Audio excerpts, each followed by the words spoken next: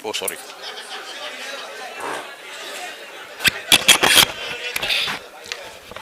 थोडं तुम्हाला इकडे सारखं लागेल पाठीमा.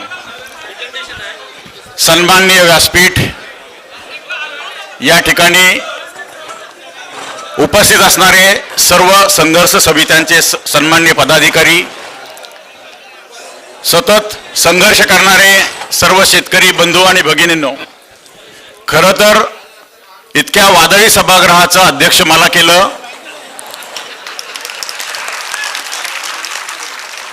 मला वादळी सभागृहाची मानसिकता कळली. तसा मी 30 वर्ष शासनात राहिलेलो आहे. आता जरी व्यवसायानं वकील असलो तरी समोर येणाऱ्या माणसाची आणि वादळी सभागृहाची मानसिकता काय असते हे मला चांगलं कळतं. आपल्या भावना, आपला संघर्ष, आपल्या समस्या ह्या अगदी रास्त आहेत, जेन्युइन आहेत. आपला रस्त्यावरचा संघर्ष, आपला वैधानिक संघर्ष आणि आपला न्यायालयीन संघर्ष, या 3 स्ट्रॅटेजीच्या माध्यमातून आपण आपल्या हक्कांच्या रक्षणासाठी प्रयत्न करत आहात. मी त्याचा आदर करतो. फक्त आज जेव्हा टोकाच्या लढाईच्या वेळेस आपण उभे आहात, तुमचं आता कडेलोट व्हायची वेळ आलेली आहे. 19 काहीतरी 2011ला सुरू झालं असं म्हणतात. हे 2013ला, आज 11 वर्ष झालीत आणि आजही तुम्ही हतबल आहात, हेल्पलेस आहात. आजच्या परिस्थितीमध्ये तुम्ही पुन्हा पुन्हा रस्त्यावरती उतरत आहात, पुन्हा पुन्हा तुम्ही उपोषणं करत आहात आणि सरकार ऐकत नाही. खरं तर सरकारची चाल, स्पेशल प्लॅनिंग अथॉरिटीची चाल, व्यवस्थेची चाल आपल्याला कळली पाहिजे. त्यानुरूप आंदोलनाचं दिशा आपल्याला बदलता आली पाहिजे, तरच तुमची दशा बदलेल, नाहीतर काहीच होणार नाही. हे मी तुम्हाला आधीच सांगतो. लक्षात ठेवा, कोणतंही आंदोलन ज्या देशामध्ये करतो तो देश हा कायद्याचा देश आहे, आपलं कायद्याचं राज्य आहे आणि कायद्याच्या राज्यात सगळं काही कायदेशीर चालतं. आत्ता आमदार साहेबांनी सांगितलं, बाळासाहेबांनी सांगितलं, राजाराम पाटलांनी पण तुम्हाला सांगितलं. या सगळ्या गोष्टी ह्या चौकटी समजून घेतल्या पाहिजेत. किरण पाटीलही हे सांगण्याचा प्रयत्न करतात. फक्त वेगळ्या पद्धतीने तुम्हाला असं वाटलं की ते समर्थन करतात. खरं तर समर्थन करायला इथे कुणीच असणार नाहीये आणि मला वाटतं कुणी समर्थन करू नये. समर्थन केलं तर फक्त ज्याची जमीन, ज्याचा प्लॉट जातो त्या माणसाने जेव्हा स्वीकारलं त्या दिवशी ते समर्थन व्हावं.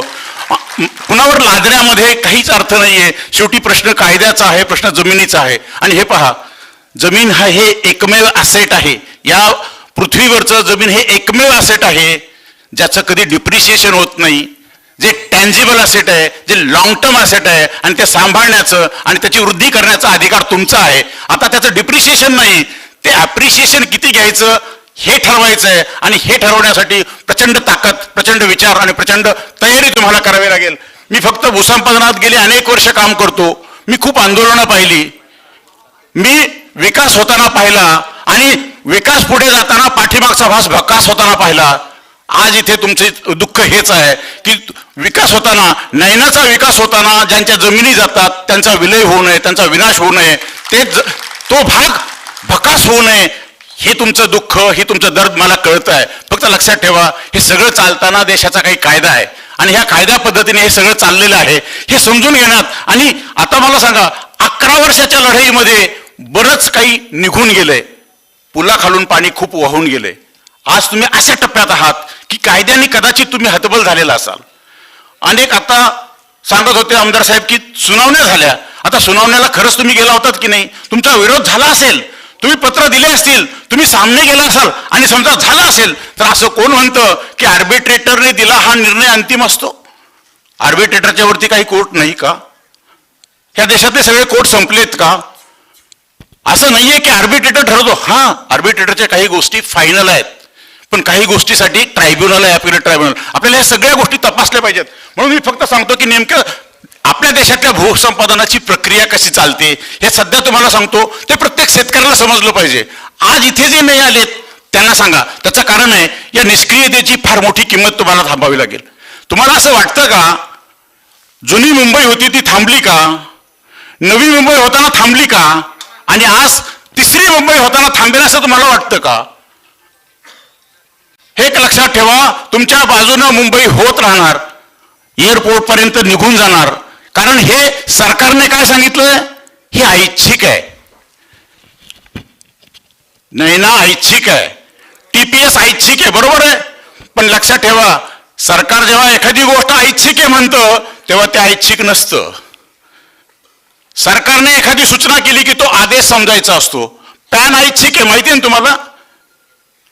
पॅन शिवाय कोणी खातं उघडतं का? आधार ऐच्छिक आहे, माहिती आहे ना तुम्हाला? आधार शिवाय खातं उघडतं का कोणी? आधार शिवाय काही होतं का आता देशामध्ये? एक लक्षात ठेवा, व्यवस्था करताना अशी केली जाते, ही शासनाची चाल समजायची असते, व्यवस्थेची चाल समजायची असते, कायद्याच्या राज्याची चाल समजायची असते. जेव्हा ऐच्छिक आहे ना ते फार गोंडस असतं.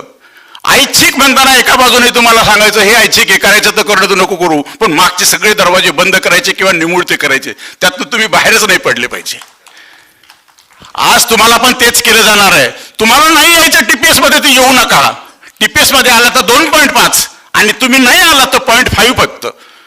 आणि परत 0.5 म्हणजे आता माझा 1 हेक्टरचा प्लॉट आहे, मला 0.5 बांधता येणार, मी नाही गेलो टीपीएस मध्ये तर.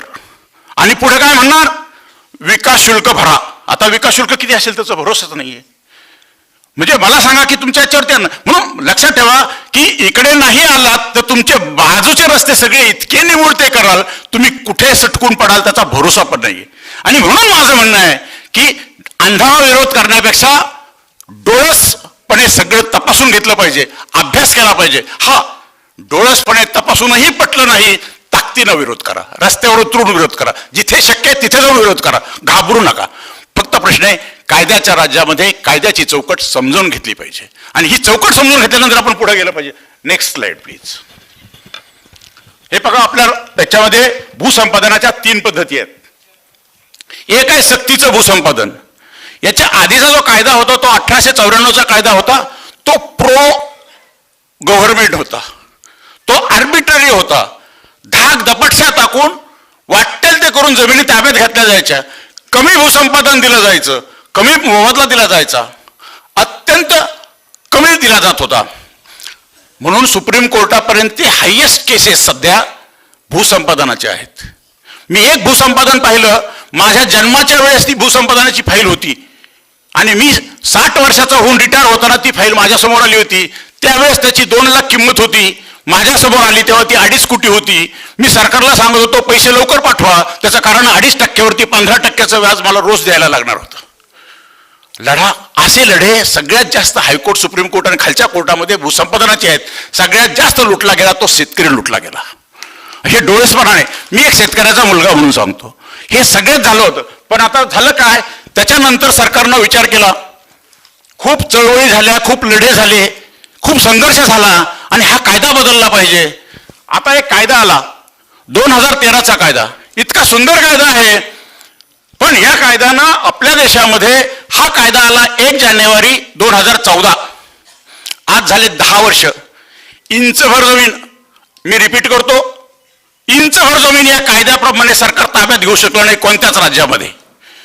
पळवाटा काढून या कायद्याला दुरुस्त्या करण्याचा प्रयत्न केला, दुरुस्त्या संसदेमध्ये फेटाळल्या गेल्या.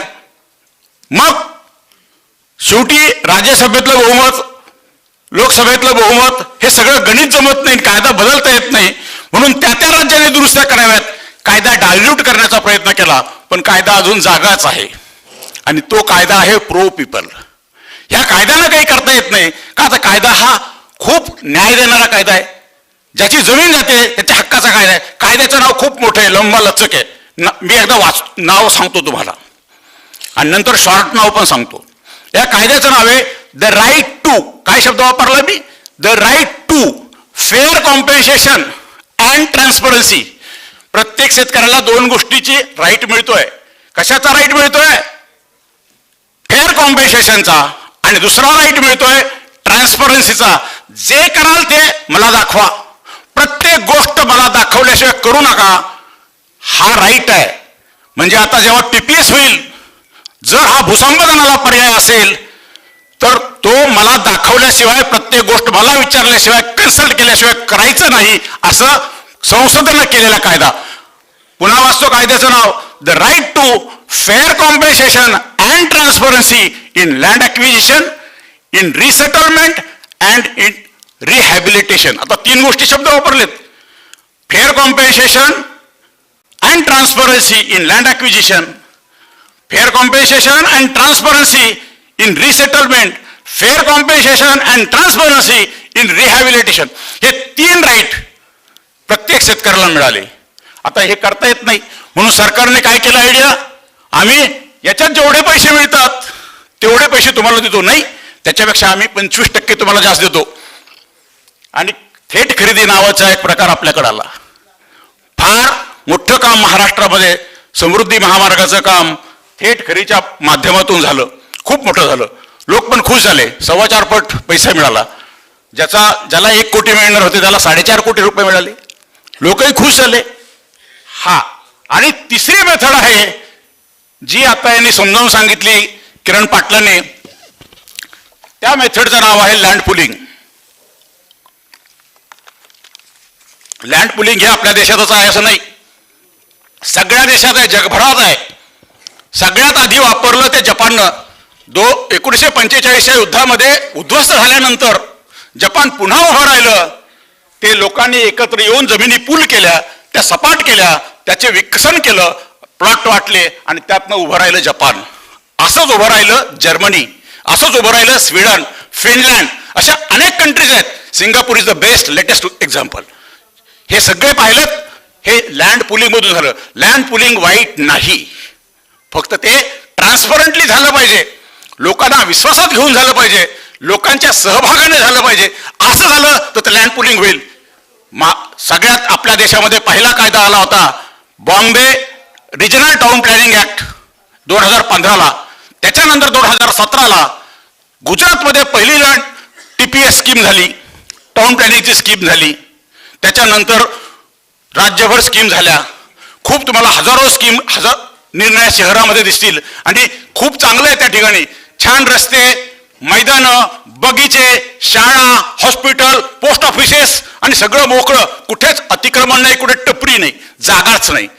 हे सगळ्यासाठी बेढप शहरं उभी राहू नयेत, अनियोजित शहरं होऊ नयेत म्हणून हे TPS असतं.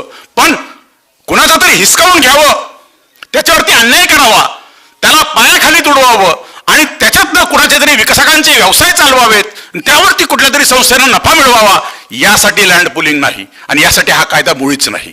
आता ह्या 3 गोष्टी समजून घेतल्या की याच्या तपशिलात आपण जाऊ. Next slide please. हा आता पहा, या 3 पद्धतीत फायदा काय आणि तोटा काय. सक्तीचं भूसंपादन जे आहे 2013चा नवीन कायदा, सगळ्या गोष्टी, सगळ्यांचे हक्क, सगळ्यांच्या अडचणी विचारात घेतो. ग्रामीण भागात असेल तर साधारण 4.25 पट जमिनीचा जो बाजारभाव असेल त्याच्या 4.25 पट पर्यंत मिळतं. शहरी भागातल्या जमिनीच्या किमती जास्त असतात म्हणून तिथं 2.5 पट पर्यंत किंवा 2.25 पट पर्यंत मिळतं. याच्यात पुनर्वसनाचे फायदे असतात, घराला घर मिळतं, दुकानासाठी पैसे मिळतात, ट्रान्सपोर्टेशनचे चार्जेस मिळतात, पुनर्वसनाचे चार्जेस मिळतात. इतर बाबीच्या बाबतीत कुळ जर असेल तर त्या कुळाला देखील हक्क दिले जातात. याशिवाय थेट खरेदीमध्ये काय होतं, थेट खरेदीमध्ये तेच 25% जास्त देतात, म्हणजे वरच्यापेक्षा 25% जास्त देतात. ग्रामीण भागात 4.5 पट, शहरी भागात 2.5 पट. याच्यात थेट खरेदीमध्ये पुनर्वसनाचे लाभ मिळत नाहीत आणि इतर बाबी काहीच नसतात. लँड पुलिंगच्या पद्धतीमध्ये तुम्हाला काय 40 किंवा 60% काहीतरी FSI देतात म्हणतात आणि पुढे काहीच नाही.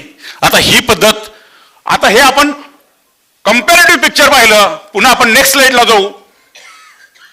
आता पहा, 2013चा हा कायदा आहे.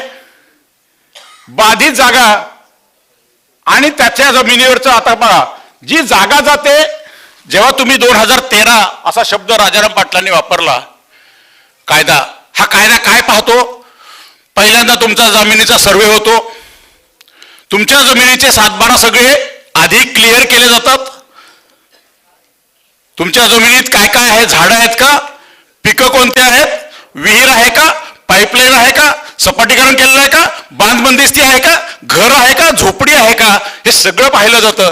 सगळ्यांचा संयुक्त मोजणी तुमच्या समोर मोजलं जातं आणि हे मोजल्यानंतर त्या जमिनीचा बाजार मूल्य काढलं जातं.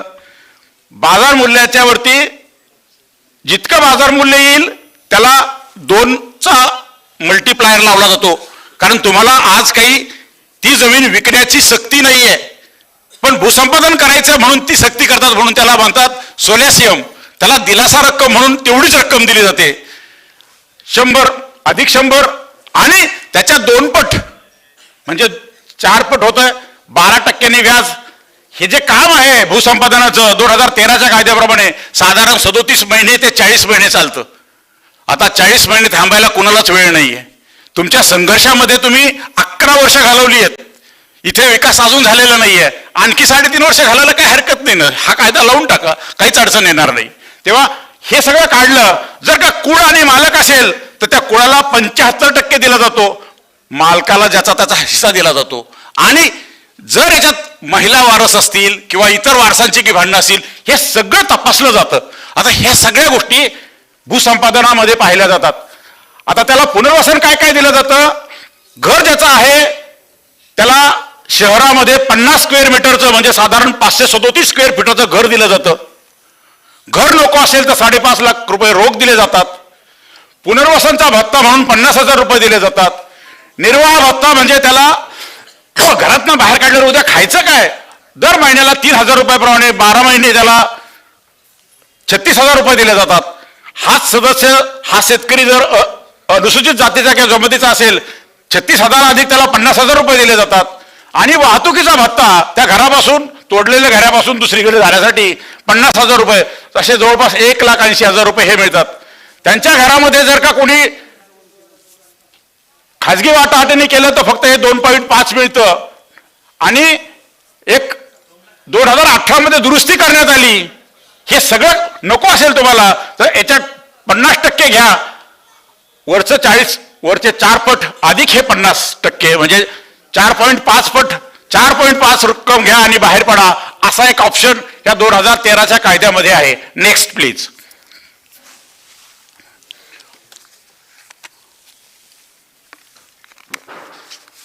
आता अनेकांनी इथे प्रश्न मांडले आहेत. बरेच लोक बोलत होते की त्याचं घर आहे गावठाणाच्या बाहेर आहे. तुम्हाला हे माहिती आहे का की मुंबईमध्ये आपण मेट्रो झाली, सगळ्या बाजूने मेट्रोचं जाळं झालं, पुण्यामध्ये पण मेट्रोचं जाळं झालं. मग ह्याच्यामध्ये सरकारी जमिनी आल्या नाहीत का? त्या सरकारी जमिनीवरती घरं आली नाहीत का? मीच एका मेट्रोचा जनरल मॅनेजर म्हणून काम केलेलं आहे. तुम्ही शिवाजीनगर पुणे ऐकलं असेल ना? शिवाजीनगरचं कोर्ट माहिती आहे ना? त्या कोर्टाच्या पुढे सरकारची जागा होती. आम्ही काम सुरू केलं तेव्हा तिथं 1200 झोपड्या होत्या. आम्ही नोटीस द्यायला गेलो तोपर्यंत त्या 1800 झाल्या. लोकांनी मध्ये मध्ये लगेच भिंती टाकल्या, लोकांनी फळ्या टाकल्या आणि त्याच्यावर घरं. आम्ही त्या 1800च्या 1800 उचललेत. पण लक्षात ठेवा, ते अतिक्रमणदार असले तरी हा प्रकल्प येण्याच्या आधीपासून वर्षानुवर्षे ते राहत होते. ह्युमन राईट्स काय सांगतो? कुणालाही तुम्ही असं बेदखल करणार, नोटीस न देता आणलं तुम्ही होता. आता काही सांगत होते की JCB आणतात आणि घालतात, हे असं नाही चालणार. हे 1800 लोकांसाठी विमानतळाच्या जवळ तुम्ही जर पाहिलं तर लोहगावला SRA कडून फार मोठ्या बिल्डिंग बांधून घेतल्या आणि या सगळ्यांना प्रत्येकाला 1 रूम किचनचं घर दिलं. म्हणजे मला अतिक्रमणदाराला देखील घर दिलं. हा खरा अर्था न्याय असतो. अशा पद्धतीचा न्याय केला पाहिजे, हा 2013चा कायदा सांगतो. त्याच्यामध्ये अफेक्टेड फॅमिलीची व्याख्या आहे. काय शब्द वापरला मी? अफेक्टेड फॅमिली म्हणजे बाधित कुटुंब. आता बाधित कुटुंब कोण असू शकतं? आता तुम्ही ज्याची जमीन शेतातलं घर पाडणार आहेत, त्या शेतातल्या घरामध्ये त्याचा जो कोणी घरातला नोकर आहे, म्हणजे शेतातला नोकर आहे, फार्म लेबर म्हणतो, तो वर्षानुवर्षे त्या शेतात राहतोय. तुम्ही 60% 40%चा खेळ करणार त्या जमीन मालकाशी, पण त्या बिचाऱ्याचं काय? त्याची तो रोजीरोटी जाते की नाही? हा इश्यू आहे लाईव्हलीहूडचा. त्याचा लाईव्हलीहूड जाणार आहे. या लाईव्हलीहूडचा काही रिस्पॉन्स आहे का तुमच्या TPS मध्ये? हे सगळे खरे तुमच्या आंदोलनात यायला पाहिजेत विषय. आणि हे तुम्हाला डिस्कस करायला लागतील सरकारच्या बरोबर, हे तुम्हाला डिस्कस करायला लागतील नैना अथॉरिटीच्या बरोबर, तुमच्या सिडकोच्या बरोबर. आणि ह्या प्रत्येकाचं उत्तर जेव्हा येईल तुमच्या समाधानकारकपणे, मग तुम्ही हो किंवा नाही. म्हणून माझं म्हणणं आहे, आज हो किंवा नाही म्हणण्यापेक्षा आज हे पाहिलं पाहिजे की कायदे काय आहेत, या कायद्याच्या चौकटीमध्ये एन्टायटलमेंट काय आहे, आणि त्या एन्टायटलमेंट प्रमाणे हे देतात की कमी देतात आणि आपल्याला हुसकून देतात. हे सगळं जर का पाहिलं तसं मला वाटतं की अगदी मी तुम्हाला सांगतो, मी फिरत होतो, तुम्ही मंडई पाहिली असेल, दगडूशेठ गणपती पाहिला असेल. दगडूशेठ गणपतीच्या तिथून पुढच्या बाजूला कसबा होतो, तिथे जेव्हा मेट्रो स्टेशन करायचं होतं, फुटपाथ असतो की नाही, फुटपाथच्या बाजूला छत्री घेऊन बूट पॉलिश करणारा बसतो, पण तो वर्षानुवर्ष बसतो, त्याच्याकडे म्युन्सिपाल्टीचं लायसन्स आहे हे पाहिल्यानंतर आम्ही त्याला पण 25,000 रुपये दिले. रस्त्याच्या कडेच्या टपऱ्या होत्या, त्या सगळ्या टपऱ्या उचलल्या, पण आधी आम्ही सांगितलं मेट्रोवाल्यांना की तुम्ही ह्या टपऱ्यांसाठी महापालिकेकडून जागा घ्या, या टपऱ्यांसाठी तुम्ही रेडीमेड टपऱ्या तयार करा. रेडीमेड टपऱ्या 100-200 तयार करायला लावल्या, तिथं छानसा बोर घ्यायला लावला, एक नळ टॅब येईल याची व्यवस्था केली, त्या सगळ्यांना बाथरूमला जाता येईल एवढे तिथे बाथरूम्स करून घेतले, ते त्यांना दिले. याला पुनर्वसन असं म्हणतात, याला रिहॅबिलिटेशन म्हणतात.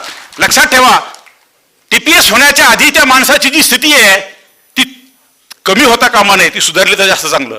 हा, नयनामध्ये कदाचित सुधरू शकेल, खूप चांगली पण सुधरू शकेल, पण म्हणून अन्याय म्हणून न ऐकता असं करता येणार नाही. Next please, next slide.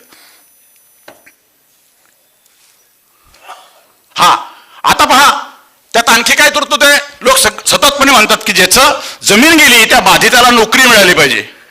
तरतूद आहे, बाधित कुटुंबातील एका पात्र व्यक्तीस उपलब्ध होणाऱ्या रोजगारात सहभागी करून घेणे. आता सगळ्यांना नोकरी देणं शक्य नव्हतं.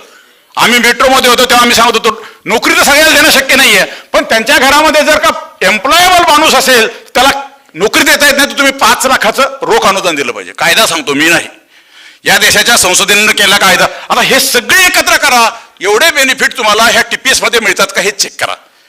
नसेल तर हे टीपीएस तुम्ही 2013च्या कायद्याला कंप्लायंट करण्यासाठी जेवढे बदल शासनाबरोबर वाटाघाटी करून करता येतील ते जर करून घेता आले, म्हणजे टीपीएस 2013च्या कायद्याला कंप्लायंट करायचा, याच्यासारखा करायचा, असं जर का झालं तर नक्कीच तुम्हाला काम करता येणं शक्य आहे. मग ज्याचं काम बुडतं त्या माणसाला 3,000 रुपये प्रतिमाह, कमीत कमी 12 महिने त्या माणसाला सेटल होईपर्यंत, अशा पद्धतीनं बऱ्याच गोष्टी आपल्याला या भूसंपादनाच्या कायद्यामध्ये आहेत. पण हे टीपीएस मध्ये हे देताना दिसत नाही, सगळं अब्सेंट आहे. आता टीपीएस हे कोणत्या कायद्याप्रमाणे केलं जातं? टाउन प्लॅनिंग हे, हा जो महाराष्ट्राचा कायदा आहे 1966चा त्याच्याप्रमाणे केलं जातं. हा राज्याचा कायदा आहे. यांनी सांगितलं की केंद्राचा कायदा आणि राज्याचा कायदा जेव्हा येतो तेव्हा केंद्राचा कायदा सरस असतो. म्हणजे काय आहे, आता मी रिपीट करतो, मी अत्यंत लॉजिकली सांगतो. तुमच्या समोर आता 2 चॉईसेस आहेत. एक, हो म्हणायचं की नाही, हा एक चॉईस आहे. 2, तुम्ही म्हणता विकासाला विरोध नाही, तर मग हो आम्ही द्यायला तयार आहोत, पण 2013 प्रमाणे आम्ही तयार आहोत. म्हणजे 2 चॉईसेस आपल्याकडे आहेत. एक, नैना आम्हाला आहे त्या परिस्थितीत मान्य नाही, आम्हाला या परिस्थिती आहे. तिसरा, होय तुम्ही म्हणता त्या मान्य आहे, पण ती टीपीएस तुम्ही 2013 कंप्लायंट करा आमच्याशी चर्चा करून. हे जर का शक्य आहे, असं जर का झालं तर मला असं वाटतं की ती बोलणी जास्त अर्थपूर्ण होतील. हा नाही करा, कसं आहे माझं म्हणणं, मी तुम्हाला 2013 मुद्दाम समजावून सांगितला, मी तुम्हाला हे मुद्दाम समजावून सांगितलं, हे लक्षात ठेवा. ऐका, 2013 तुम्ही म्हटलात ते फार जाणकारपणे म्हटलात, त्याचं कारण आहे, जेव्हा थेट खरेदी करतो तेव्हा मागे जाण्याचे रस्ते आपण बंद करतो. 2013 ने गेलात तर पुढे जाण्याचे रस्ते खुले राहतात. का? त्याचं कारण आहे, जेव्हा मला लँड ॲक्विजिशन ऑफिसरचा निर्णय मान्य नसतो तेव्हा मी एखाद्या प्राधिकरणामध्ये जाऊ शकतो, माझा रेफरन्स तिथला मान्य नाही, मी हायकोर्टात जाऊ शकतो, तिथला मान्य नाही, मी सुप्रीम कोर्टात जाऊ शकतो. पण जेव्हा आम्ही एखादी गोष्ट एकदा मान्य करतो थेट खरेदीमध्ये, तेव्हा मी खरेदी केली म्हणजे माझी संमती होती, आता मला बदलायला जागाच नाही, मागे जाणार नाही, माझे सगळे रस्ते आपण हाताने सगळे धागे तोडून टाकतो. तेव्हा मला असं वाटतं की हे सगळ्या ज्या गोष्टी आहेत. आता तुमचा प्रश्न आहे, अनेकांची घरं गुढचरांवरती आहेत, काहींचे प्रश्न आहेत, वर्षानुवर्ष आम्ही फॉरेस्टवरती राहत होतो आणि ते फॉरेस्ट निर्वनीकरण झालं आणि सिडकोला दिलं, आता सिडकोच्या ताब्यात आहे किंवा कुठल्या तरी महापालिकेच्या ताब्यात आहेत आणि तिथून आम्हाला हे हाकलतायत. मग हे सगळ्या हक्कांचा आधी डिसिजन झाला पाहिजे. म्हणून तुम्ही जर ते समजा तुमच्या इलेक्शन नंतर येणार असेल तर तुम्ही इलेक्शनच्या आधीच कोर्टात जावा, कोर्टाकडून डायरेक्शन आणा की हे या लोकांचे हक्क आहेत, एवढे एकदा डिसाईड करा आणि मग तुम्ही पुढे जा. असं करता येईल. न्यायाच्या राज्यामध्ये न्यायाचे भरपूर मार्ग असतात, म्हणून तुमच्या स्ट्रॅटेजीमध्ये न्यायाचा मार्ग तुम्ही कदाचित जास्त अवलंबला नसेल तर तुम्ही तो नक्की वापरा, हेही मी या ठिकाणी सांगेल. तुमचा नैसर्गिक रासाचा प्रश्न आहे, हाही आहे, ग्रीन ट्रायब्युनल वगैरे वगैरे बरेच ट्रायब्युनल त्याच्यासाठी आहेत, तुम्ही नक्कीच त्याचा विचार करू शकता. शेवटी लक्षात ठेवा, नगर नियोजनाचं अर्थकारण काय असतं, नगर नियोजनाचं राजकारण काय असतं. आणि नगर नियोजनाचं समाजकारण काय असतं. खरं तर माझ्यापेक्षा हे तुम्हाला जास्त माहिती आहे. गेली 11 वर्षाच्या आंदोलनामधून यातलं समाजकारण, यातलं राजकारण आणि यातलं अर्थकारण, लक्षात ठेवा ह्या सर्वांच्या मधल्या रेषा ह्या दुसरं असतात. केव्हा अर्थकारण राजकारणात जाईल, केव्हा राजकारण समाजकारणात जाईल हे सांगता येत नाही. तुम्हाला ह्या सीमारेषा कळल्या पाहिजेत, हे अभ्यासल्या पाहिजेत. खरं आंदोलन तेव्हा यशस्वी होईल आणि आपल्या नेत्यांना त्या दिवशी आनंद होईल, स्वर्गीय नेत्यांना, की खरंच माझे चेले हे खरंच अभ्यास करून शेतकऱ्यांचे आणि भूमिपुत्रांचे हक्क घेऊन झगडतायत. पण असं झालं नाही. काही लोक झगडतील, काही शरणागती पत्करतील, काही पायाखाली तुडवले जातील. ही सगळी परिस्थिती आहे. तेव्हा शेतमजुराचा प्रश्न, आणि हेही लक्षात ठेवा, हे सगळं करताना आंदोलनाची नैतिक ताकद एवढी पाहिजे की कुणाची पैसा मागण्याची हिंमत नाही व्हायला पाहिजे. ज्या दिवशी तुम्ही तुमच्या आंदोलनातला नेता, आंदोलनातला कार्यकर्ता आणि तुम्ही मुद्दाम या माणसाला रस्त्याच्या कडेला प्लॉट देता किंवा रस्त्याच्या कडेला प्लॉट देताना पैसे मागता, अशी हिंमत कोणाची होऊ नये. एवढ्या ताकदीचं जेव्हा आंदोलन होईल, मला असं वाटतं कुणावरही अन्याय होणार नाही. आणि या सगळ्यासाठी हे 3 कायदे, या सगळ्या पद्धती या आंदोलनातल्या कार्यकर्त्यांनी, या ठिकाणी जे शेतकरी आले नाहीत त्यांनी तपशिलात जर का वाचलं तर मला असं वाटतं की हे सगळे प्रश्न सुटण्यासारखे आहेत. जर तुम्ही म्हणता 11,000 कुटुंबाचा प्रश्न आहे, तर असं सहज कोणी तुम्हाला घेऊ शकत नाही. याच्या पाठीमागचं अर्थकारण, राजकारण, या तपशिलातल्या बाबी तुम्ही समजावून घेऊन तुमच्या आंदोलनाला पुन्हा दिशा दिली, तुमच्या शस्त्रांना पुन्हा धार लावली, तर तुमची दशा नक्की